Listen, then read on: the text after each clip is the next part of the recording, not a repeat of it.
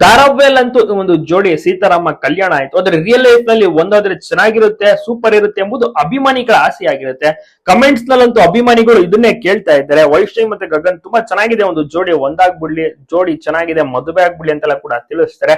ಆದ್ರೆ ಒಂದು ಜೋಡಿ ತುಂಬಾ ಸತಿ ಹೇಳಿದ್ರೆ ನಾವು ಯಾವಾಗ್ಲೂ ಕೂಡ ಸ್ನೇಹಿತರಾಗೋಕೆ ಇಷ್ಟ ಪಡ್ತೇವೆ, ನಾವು ಒಂದು ಉತ್ತಮವಾದಂತಹ ಸ್ನೇಹಿತರು, ನಮ್ಮ ಒಂದು ಬಾಂಡಿಂಗ್ ತುಂಬಾನೇ ಚೆನ್ನಾಗಿದೆ, ಸೊ ಹೀಗಾಗಿ ನಾವು ಸ್ನೇಹಿತರಾಗಿ ಇರ್ತೀವಿ ಅಂತ. ಆದ್ರೆ ಅಭಿಮಾನಿಗಳು ಕೇಳಿದ್ರೆ, ಯಾಕೆಂದ್ರೆ ಕಮೆಂಟ್ಸ್ ನಲ್ಲಿ ಒಂದು ಜೋಡಿನ ಅಷ್ಟು ಹಚ್ಕೊಂಡ್ಬಿಟ್ಟಿರುವಂತ ಕಾರಣ ನೀವು ಒಂದಾಗಿ ಚೆನ್ನಾಗಿದೆ ಜೋಡಿ ದಾಂಪತ್ಯ ಜೀವನಕ್ಕೆ ಕಾಲಿಡಿ ಅಂತೆಲ್ಲ ಕಮೆಂಟ್ಸ್ ಮೂಲಕ ತಿಳಿಸ್ತಾ ಇರ್ತಾರೆ. ಅಭಿಮಾನಿಗಳ ಕಮೆಂಟ್ಸ್ ಗಳನ್ನ ಕೆಲವಷ್ಟು ಸತಿ ಓದ್ತಾ ಇರ್ತಾರೆ ವೈಷ್ಣವಿ ಅವರು. ಸದ್ಯಕ್ಕೆ ಕಂಪ್ಲೀಟ್ ಆಗಿ ಸೀರಿಯಲ್ ಗಳಲ್ಲಿ ಬ್ಯುಸಿ ಆಗಿದ್ದಾರೆ ವೈಷ್ಣವಿ. ಸದ್ಯಕ್ಕೆ ಈ ಒಂದು ಸೀರಿಯಲ್ ಅನ್ನ ಮಾಡ್ತಾ ಇದ್ದಾರೆ, ಜೊತೆಗೆ ಬೇರೆ ಬೇರೆ ಯಾವ್ದಾದ್ರು ಜಾಹೀರಾತು ಬಂದು ಅದ್ರೂ ಕೂಡ ಮಾಡ್ತಾರೆ. ಗಗನ್ ಅವರು ಅಷ್ಟೇನೆ ಮಂಗಳಗೌರಿ ಮೂಲಕ ಎಷ್ಟು ಫೇಮಸ್ ಆದ್ರು, ಈಗ ಸದ್ಯಕ್ಕೆ ಒಂದು ಅದ್ಭುತವಾದಂತಹ ಧಾರಾವಾಹಿ ಸೀತಾರಾಮದಲ್ಲಿ ಮಿಂಚ್ತಾ ಇದ್ದಾರೆ. ಇದು ಕೂಡ ಒಂದು ಒಳ್ಳೆ ರೇಟಿಂಗ್ TRP ಕೂಡ ಪಡೆದುಕೊಂಡು ಉತ್ತಮವಾಗಿಯೂ ಕೂಡ ಪ್ರಸಾರವಾಗುತ್ತೆ, ಸಾಗುತ್ತೆ. ಸೊ ಎಲ್ಲರೂ ಕೂಡ ನೋಡ್ತಾ ಇದ್ದಾರೆ, ನೀವು ಕೂಡ ನೋಡ್ತಿದ್ರೆ ಅತಿ ಹೆಚ್ಚು TRP ಕೂಡ ಪಡೆದುಕೊಂಡಿದೆ. ವೈಷ್ಣವಿ ಮತ್ತು ಗಗನ್ ಅವರ ಒಂದು ಧಾರಾವಾಹಿ ಇದೆಯಲ್ಲ ನೆಕ್ಸ್ಟ್ ಲೆವೆಲ್. ಪ್ರತಿಯೊಬ್ರು ಕೂಡ ಈಗ ಗುರುತಿಡಿಯುತ್ತಾರೆ. ಸೀತಾ ಅಂತ ಈಗ ವೈಷ್ಣವಿ ಫೇಮಸ್ ಆಗ್ಬಿಟ್ಟಿದ್ದಾರೆ.